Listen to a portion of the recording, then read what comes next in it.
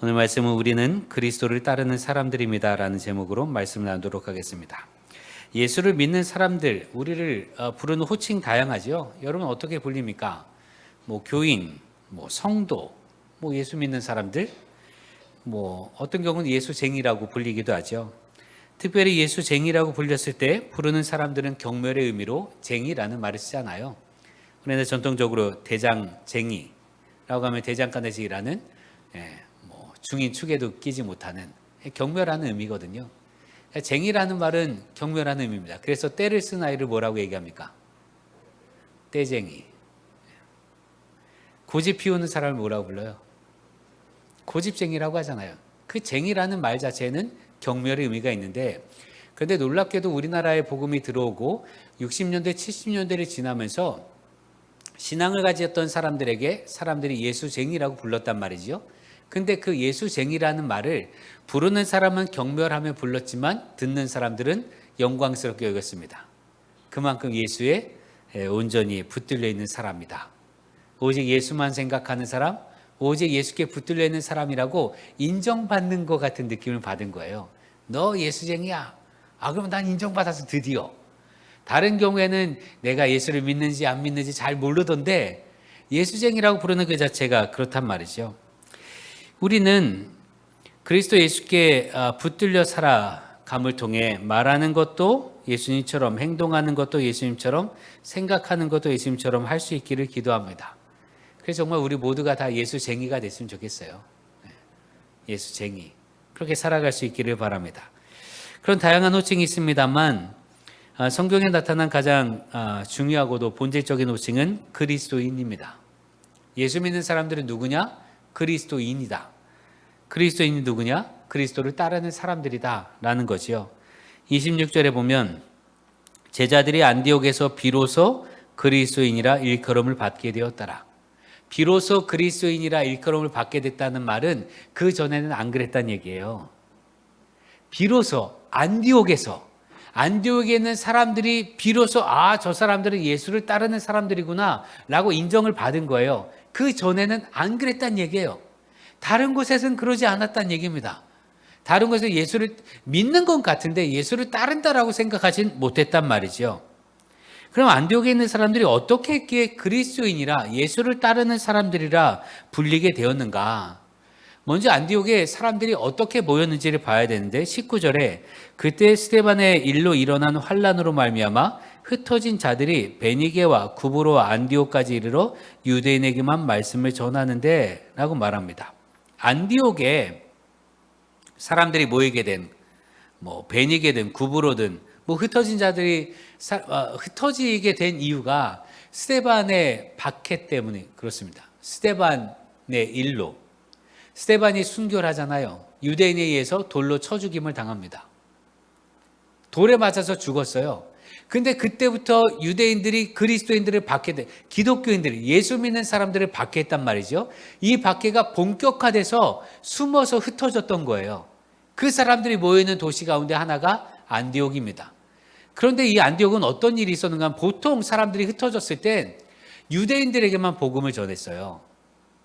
왜냐하면 그들은 유대인, 이스라엘 사람들은 선민이라고 생각했단 말이죠. 하나님께서 택하신 백성, 하나님의 율법을 가진 백성. 그러니까 하나님의 구원은 오직 이 백성들에게만 있는 거예요. 더 나아가서 율법을 조금 과장해서 해석하면 사람들이 이방인과 같이 식사도 하지 않았어요.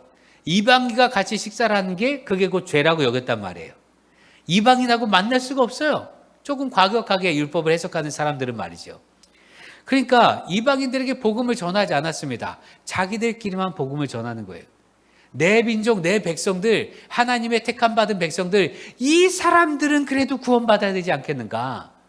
그래서 예수를 전했는데, 그런데 놀랍게 20절에 그 중에 구브로와 구레네 몇 사람이 안디옥에 이르러 헬라인에게도 말하며 예수를 전파하니 주의 손이 그들과 함께 하심에 수많은 사람들이 믿고 주께 돌아오더라.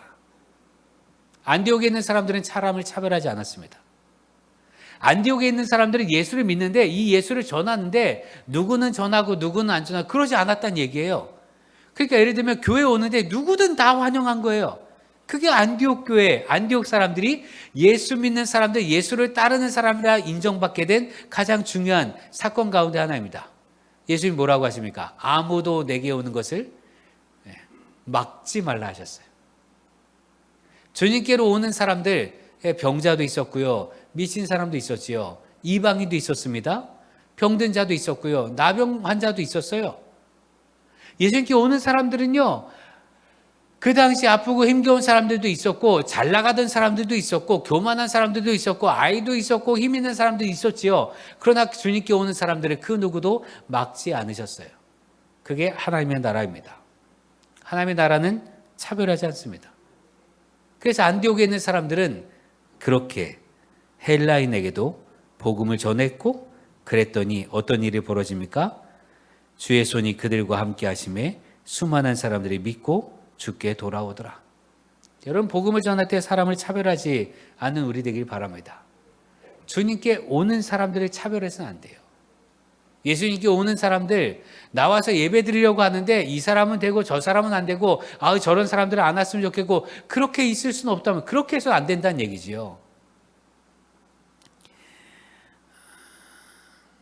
여러분, 안디옥에 있는 사람들은 먼저 사람들을 차별하지 않았습니다. 그랬더니 교회가 부흥을 한 거예요. 그러자 예루살렘 교회가 이 사람들의 소문을 듣고 바나바라고 하는 사람을 안디옥에 보냅니다. 안디옥에 있는 교인들은 먼저 예수 믿는 사람들을 차별하지 않았는데, 복음을 전할 때 차별하지 않았는데, 거기에 더하여 바나바라고 하는 이 사역자를 보낸 거예요. 이 바나바라고 하는 사람의 사역을 통해서 안디옥 교회가 비로소, 드디어, 마침내 진짜로 그리스도를 따르는 사람이라 불림을 받게 됩니다. 그럼 바나바가 어떤 사람입니까? 그리고 바나바가 어떤 영향을 끼쳤는가? 24절에 보면 바나바는 착한 사람이요 성령과 믿음이 충만한 사람이라 이에 큰 무리가 주께 더하여지더라. 바나바가요 착한 사람이었고 성령과 믿음이 충만한 사람이었는데, 그랬더니 그것만으로 주님께서 큰 무리를 더하여 주십니다. 바나바는 착한 사람입니다. 그리스도인은요 착한 사람이어야 합니다. 예수를 믿는데 악하다, 있을 수가 없어요. 어떻게 예수님을 따르는데 악한 사람이 있을 수 있습니까? 어떻게 예수님을 따르는데 저 사람 진짜 못됐다, 그렇게 평가를 들을 수 있냐 이거예요. 예수 믿는 사람들은 착한 사람입니다. 착해야 합니다. 어느 정도로 착해야 하는가? 바나바가 그 예를 보여주었는데, 바나바가 바울이라고 불렸던 사울 있잖아요. 회심한 사울. 그 사울을 데리고 제자들과 안디옥의 그리스도인들에게 소개해 줍니다. 바나바는요 사울이 회심했던 이야기를 듣고 믿었어요. 사울이 나 회심했어요, 나 길 가는 중에 예수님을 만났어요, 그 이제 복음을 전하는 사람이 됐습니다 라는 그 말을 그대로 있는 그대로 믿어 주었습니다. 그래서 제자들에게 소개하는 거예요. 사도행전 9장 26절을 보면 먼저 사울이 예루살렘에 가서 제자들을 사귀고자 하나 다 두려워하여 그가 제자됨을 믿지 아니하니. 제자됨을 믿지 않았어요. 그도 그렇겠지요. 사울이 기세가 등등했는데, 저가 아무리 예수를 만났다고 하는데 한들 그게 진짜인지 아닌지. 그런데 바나바는 이렇게 합니다. 바나바가 27절에 바나바가 데리고 사도들에게 가서 그가 길에서 어떻게 주를 보았는지와 주께서 그에게 말씀하신 일과 담에게 있어서 그가 어떻게 예수의 이름으로 담대히 말하였는지를 전하니라. 바나바는요 사울의 이야기를 다 들었습니다. 사울의 회심한 이야기, 예수를 만난 얘기, 그리고 3일 동안 앞을 보지 못했던 이야기, 아나니아의 안수를 통해서 눈꺼풀이 벗겨지고 하나님께 주신 사명을 들은 이야기. 그런데 바로 사명을 듣고 바로 복음을 전한 게 아니라 아라비아 사막으로 가서 그곳에서 3년 동안 침묵하며 묵상하며 기도하며 하나님과 더 깊은 교제를 나눴고, 그 다음에 그 정적인 힘을 가지고 와서 드디어 복음을 전하겠다는 얘기, 이 얘기를 사울이 바나바에게 다 했단 말이에요. 근데 바나바는 있는 그대로 믿어줬어요. 제자들은 안 믿었는데. 그래서 바나바를 끌고 아니요. 이 바나바가 사울을 끌고 제자들은 안 믿겠지만 이 사람은 진짜 변했습니다. 이 사람 진짜 변한 겁니다. 이 사람 진짜 바뀌었습니다. 라고 전해줍니다.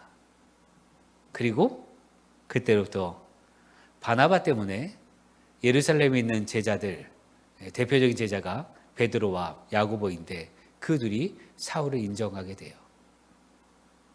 오늘 말씀도 마찬가지입니다. 25절 26절 보면 바나바가 사울을 찾으러 다소에 가서 만남에 안디옥에 데리고 와서 둘이 교회에 1년간 모여 있어 큰 무리를 가르쳤고, 그랬더니 또 주님 믿는 사람들이 늘어난 거예요. 바나바가 굳이 사울을, 다소에 있는 사울을 데리고 옵니다. 그리고 바나바가 사울과 함께 1년 동안 안디옥 교회에 있는 거예요. 여러분, 안디옥 교회가 어떻게 생겼다고 그랬습니까? 스데반의 박해, 스데반의 일로 일어난 박해 때문에 사람들이 흩어져서 안디옥에 교회를 세운 거예요. 그럼 안디옥에 있는 사람들은 사울을 알까요, 모를까요? 박해하던 사울을 알고 있습니다. 특히 스데반이 순교할 때, 사람들이 스데반의 돌을 칠 때 그 옷을 보관한 사람이 사울이에요. 옷을 보관했다는 얘기는 나중에 원래 로마의 법에 의하면 로마 황제의 명령이 있지 않고는 사람을 죽일 수 없단 말이에요. 심판할 수가 없어요. 그래서 예수님께서 빌라도에게 재판을 받으신 거거든요. 그러니까 사람들이 스데반을 죽인 일로 법정에 서게 되면 사울이 증인 서겠다는 얘기예요. 이 사람들은 잘못한 게 아닙니다. 우리의 율법에 따라 돌로 치라고 했기 때문에, 하나님을 모욕한 자를 돌로 치라고 했기 때문에 그대로 한 것뿐입니다 라고 증인 선 사람이 사울이에요. 그리고 그때로부터 기세가 등등해졌고, 정말 예수 믿는 사람들은 안 되겠구나 하고 박해하려고 했던 게 사울입니다. 그걸 본 사람들이 안디옥에서 교회를 개척한 거예요. 사울이 박해하는 것, 사울이 스데반을 죽이는 사람들의 옷을 보관하던 것, 그걸 본 사람들, 자기들의 눈으로 사울이 예수 믿는 사람을 박해하는 걸 본 사람들이 안디옥에 있는 거예요. 근데 그 안디옥에 바나바가 누구를 데리고 오는가 하면 그 사울을 데리고 옵니다.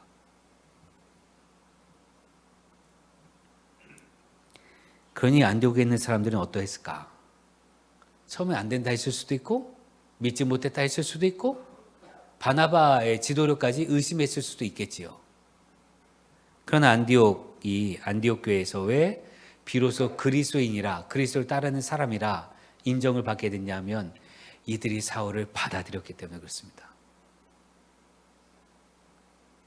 이들도요, 사울이 한 말을 믿었어요. 물론 사울이 자신의 변화된 모습을 보여주었겠지만, 그러나 사울을 믿었습니다. 방송실.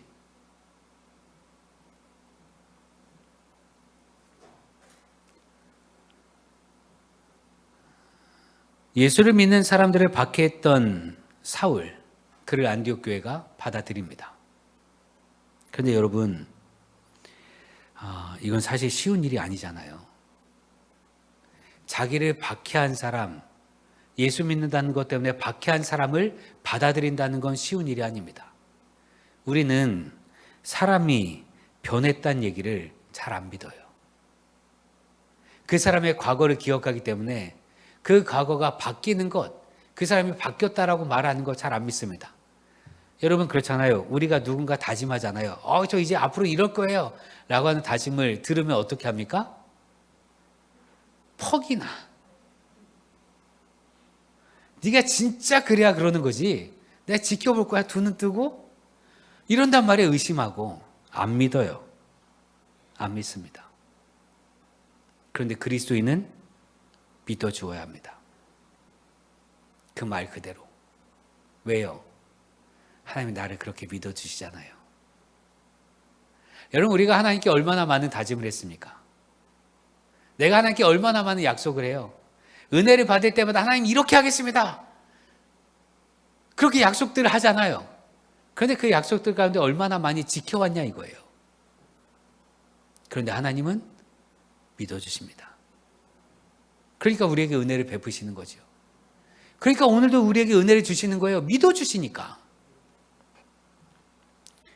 여러분, 우리는 비 온 뒤에 땅이 더 단단해진다고 하잖아요. 그렇죠?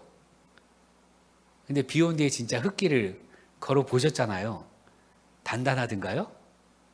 비 온 뒤에 땅은 더 질척입니다. 걷기 더 힘들어요.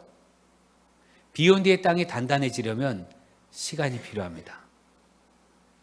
흙이 머금은 물이 지하수로 내려가는 시간이 필요하고, 표면에 있는 물이 햇볕에 증발되는 시간이 필요해요. 그 시간이 지나야 비로소 비 온 뒤에 땅이 단단해지는 법입니다. 그러니 여러분, 우리도 이 시간, 비 온 뒤에 땅이 단단해지도록 하는 시간처럼 그 누군가가 저 이렇게 앞으로 할게요, 저 이렇게 변했습니다 하는 그 말이 진짜가 되기까지 시간이 필요한데, 그 시간은요, 우리가 믿어주어야 그 시간을 확보할 수 있습니다. 믿어주지 않으면 짓밟게 될 거예요. 짓밟으면 다시 일어서기 힘들겠지요. 바나바는요, 그랬습니다. 착한 사람이었고 성령과 믿음으로 충만한 사람이었습니다. 그러자 사울의 회심을 있는 그대로 믿었고 자신이 앞장서서 사울의 편을 들어주었습니다. 그럴 수 있었던 힘은 그가 그런 은혜를 받았기 때문에 그렇습니다. 하나님이 용서해 주셨으니까. 여러분, 베드로가 주님 잡히시던 날 밤에 주님 배신하잖아요. 예수님 알고 계셨잖아요. 너가 닭이 3번 울기 전에, 너가 닭이 울기 전에 나를 3번 부인하리라. 알고 계셨잖아요. 그럼에도 불구하고 그가 회심하면 돌이키면 달라질 수 있다고 믿어주셨습니다. 그래서 예수님께서 부활하신 뒤에 베드로가 디베라 바닷가로 도망갔을 때 주님께서 굳이 찾아가셨어요. 찾아가셔서 그의 믿음을 회복시켜 주셨습니다. 믿어주신 거예요. 우리는 예수님께서 믿어주셨기 때문에 이 자리에 있습니다. 내 연약함과 내 부족함에도 주님이 우리를 믿어주셨습니다. 그러니 우리 또한 서로를 믿어주는 믿음의 사람들 되길 바랍니다. 특별히 여러분의 가정에서 믿어주십시오. 여러분의 자녀를 믿어주십시오. 여러분의 배우자를 믿어주세요. 그러니까 뭐라고 말하면 그래, 내가 믿어줄게. 네가 진짜 그렇게 하나 이렇게 의심의 눈초리로 보는 게 아니라 믿어주세요. 그리고 그가 잘못하면 용서해 주세요. 용납해 주세요. 그래야 그가 진실로 그 시간들을 통해서 땅이 굳어지는 것처럼 든든한 믿음으로, 든든한 삶으로 서게 될 줄로 믿습니다. 그리하였더니 안디옥에서 비로소 그리스도인이라 불림을 받게 됩니다.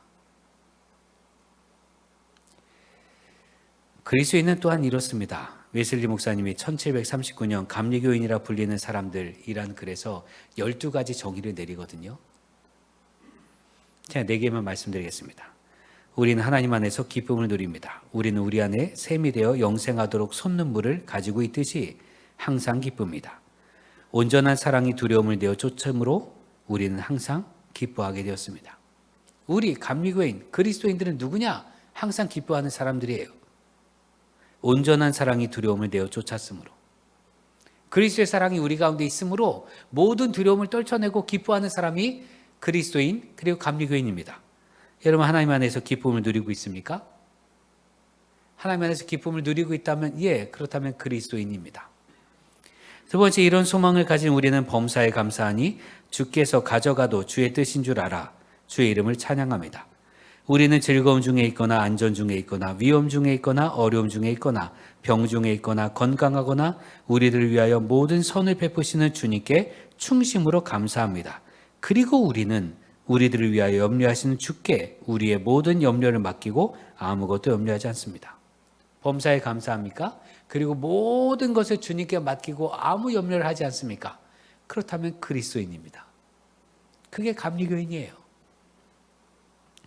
세 번째, 우리는 쉬지 않고 기도합니다. 우리는 항상 기도하고 게으르지 말라는 명령을 받은 사람들입니다. 우리는 기도하는 집에 가는 것을 게을리하지 않지만 기도하는 집에만 있어서 기도하는 것은 아닙니다. 그리고 우리의 마음은 언제든지 어디에 있든지 하나님께 향하고 있습니다. 우리 늘 기도하는 사람들입니다. 언제나 마음으로 기도합니까? 예, 그렇다면 그리스도인 감리교인입니다. 특별히 기도하는 곳, 기도하는 집에 가는 것을 게을리하지 않습니다. 이게 감리교인이에요. 그래서 규칙쟁이라는 이름을 받은 것 아니겠습니까? 주님의 전을 찾는 발걸음을 게으르게 하지 아니하고 그뿐만이 아니라 내 삶의 터전 곳곳에서 기도하며 주님을 찬양한다면 예, 우리는 그리스도인입니다. 또 하나, 우리는 하나님을 사랑하는 자는 또한 형제를 사랑할 것이라는 계명을 우리의 마음에 새겨두었습니다. 그래서 우리는 우리 이웃을 내 몸같이 사랑하고 모든 사람을 나의 영혼처럼 사랑합니다. 우리는 면식이 있다고 하며 사랑하고 면식이 없다 하여 사랑하지 않는 것이 아닙니다. 우리는 원수를 사랑하고 악하고 배은하는 사람까지 사랑합니다. 만일 우리가 우리를 미워하는 사람을 위하여 착한 일을 할 수 없으면 그들을 위하여 열심으로 기도하고 또 그들이 우리 사랑을 경멸하고 박해하더라도 그들을 위하여 기도하기를 그만두지 않습니다. 이웃 사랑하는데 원수까지도 사랑합니다. 우리에게 악하고 배은하는 사람까지 사랑합니다. 내가 알기 때문에 사랑하고 나하고 친하기 때문에 사랑하고 친하지 않으면 사랑하지 않는 게 아니라 원수까지도 나에게 해를 끼치는 사람까지도 사랑합니다. 그게 감리교인 그리스도인입니다. 이 외에도 8가지가 더 있는데 이 모든 내용들은요 사실 성경에 다 있는 내용이에요. 첫 번째부터 세 번째까지 항상 기뻐하라, 쉬지 말고 기도하라, 범사에 감사하라. 이는 그리스도 예수 안에 있는 하나님, 그리스도 예수 안에서 하나님께서 너희를 향한 하나님의 뜻이니라 말씀하잖아요. 성경 말씀 그대로예요. 그 웨슬리도 이야기합니다. 우리가 감리교인이 이런 사람이라 말하지만 사실 이것들은 일반적인 보편적인 성경의 말씀 그대로 그리스도인들, 예수 믿는 사람들이 하는 행동입니다. 예, 그렇습니다. 우리 감리교인은 오직 그곳에서 벗어나지 않습니다. 말씀에 벗어나지 않습니다. 여러분, 왜 항상 기뻐하고 쉬지 말고 기도하고 범사에 감사하라는 것이 왜 안 되는가? 거기에 토를 달기 때문에 그래요. 항상 기뻐하라 하는데 하나님 이거 가지고 어떻게 기뻐해요? 라고 토를 달잖아요. 아니 상황이 이런데 어떻게 기뻐해요? 내가 병들었는데 항암을 하면서 계속 구토가 나오는데 이런 상황에서 어떻게 기뻐해요? 우리 이렇게 토를 단단 말이에요. 그러나 그리스도인은 말씀대로 합니다. 토를 달지 않습니다. 기뻐하라 하셨으니 하나님 이것도 고맙습니다. 내가 살아있으니까 내 세포들이 살아있으니까 때로는 거부 반응도 하고 내 세포들이 살아있으니까 때로는 이렇게도 하는 것 아니겠습니까? 그러니 감사합니다. 예, 참 행복합니다. 예, 감사합니다. 쉬지 말고 기도하라고 했어요. 그런데 왜 쉬지 않고 기도를 못합니까? 토를 달잖아요. 하나님 저 바빠요. 어느 때는 이렇게도 얘기하죠. 기도할 맛이 안 나요. 도무지 기도할 맛이 안 난다고. 또 어느 때는 이렇게 이야기도 합니다. 하나님 저 사람 때문에 기도 못 하겠어요. 내가 기도하려고 하는데 저 사람 때문에 기도 못 하겠어요. 여러분, 그리스도인 감리교인은 토를 달지 않습니다. 말씀 그대로 합니다. 범사에 감사하라. 예, 모든 일에 감사하라. 이것도 말씀 그대로 할 수 있는 우리 되기를 바랍니다. 이 외에도요, 마음이 깨끗하고 열매가 있고 소망이 있고 하나님의 계명을 지켜야 되고 모든 것을 하든 다 하나님의 영광이 되게 하고 그런 많은 게 다 있는데 결국 다 말씀 때문에 그 말씀에 담겨 있습니다. 여러분, 그게 안디옥 교회의 모습이었어요. 안디옥 교인들 원수까지도 사랑을 하고 예수님 말씀하셨잖아요. 그러니까 자신들의 원수라 여길 만한 사울을 받아들입니다. 그 사울을 받아들이고 사랑하고 그 사울의 가르침을 들었어요.